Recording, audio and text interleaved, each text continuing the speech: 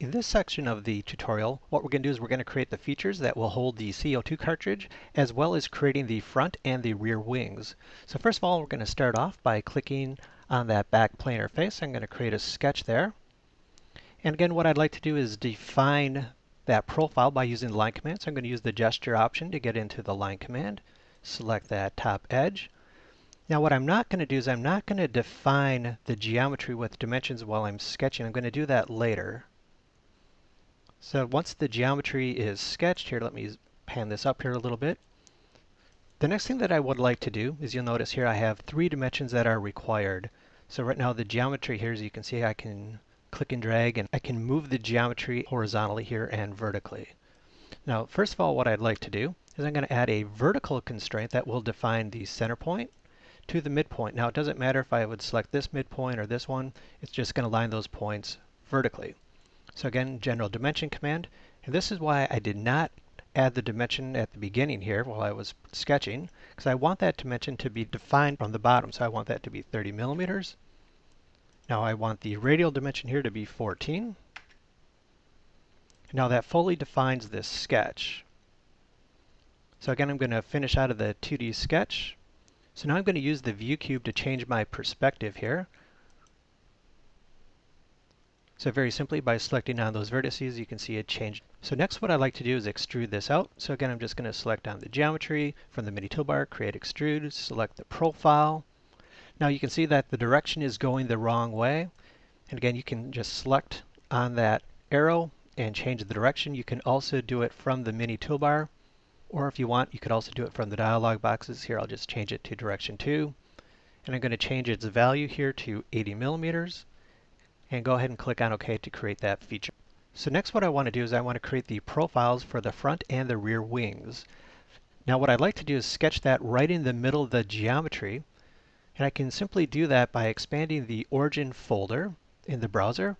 As you see, as I move my cursor back down, it will highlight each of those planes. So the XY plane is where I would like to sketch. So I'm going to right click and click on New Sketch from the menu. Now you can see we have a little bit of a problem here right now where I want to sketch. It's inside the geometry, so I'm not seeing that. We can solve that problem down at the status bar here. Click on the Slice Graphics option, and it will remove all that material. Now also what I'd like to do is take all of the edges that are touching that sketch, and I want to project them. So an easy way to do that is I'm going to use the Project Cut Edges command. Again, you can see I got that from the Draw panel, Project Cut Edges, and all of these edges were projected for me automatically. So next what I'd like to do is place in an arc.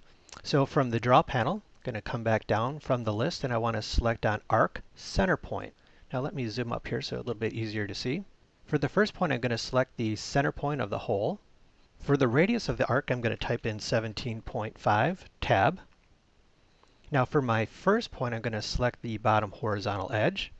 I'm going to move my cursor up, and I'm going to get it roughly around 63 degrees or so. And then right click, and go right into the line command. Move my cursor until the green circle appears over the endpoint of both the geometry and the arc that I just placed in. Right click, click OK. And you can see right now that I am down to 1 dimension. So again, start up the general dimension command. So what I want to do next is place in an angle dimension. So I'll simply select on the angle line and the bottom horizontal edge. Go ahead and locate where I want that dimension to go. Type in 20 for its value.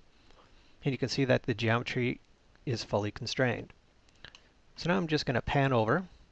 And I want to create the profile for the back wing. So I want to sketch the back wing by using the line command. So again, I'll just use the gesture option. And I want this bottom line to be 25 millimeters in length. And again, I'm going to draw in an arc. Go a little bit past its vertical here because I want that to come down, that it's angled, and I'm watching for the tangent constraint. And I'm going to draw in its closing arc. Now you'll notice here when I'm selecting this, I'm getting the tangency up at the top part, but now not at the bottom. And I can solve that simply by coming back here under the constraint panel, click on tangent. I'm going to create that relationship. So now the arc and that line are both tangent. So here you can see that I have 4 dimensions to go. So let me just move down that 25 millimeter dimension. So again, I'll start up the general dimension command. I'm going to select the angle line and the horizontal line to place in an angle dimension here of 20 degrees. And I want this bottom radius to be equal to 2. So now you'll notice here that I'm down to 2 dimensions to go. Let me zoom up here a little bit. So first of all, what I want to do is I want to create a relationship between this arc and this line. So I want those two to be tangent. So again, back from the constraint panel, select on the arc, select on the vertical line, creates that relationship.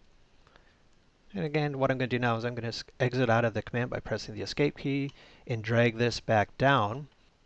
So what I want to do now is I want to add an additional dimension. That's going to go from that top horizontal edge to the bottom horizontal line that we just sketched. And I want this value to be equal to 3 millimeters. So what I want to do next is extrude out the front wing, but what I don't want to do is exit out of the sketch. Otherwise, my profile that I drew, I won't be able to see it real well. So simply what I'm going to do is I'm going to change my viewpoint by clicking on the vertex in the view cube. And again, you can see that I'm still in the sketch environment with the slice graphics. So on the keyboard, I'm going to press the E key. I'm going to select the profile. And again, let me zoom back here so you can see that.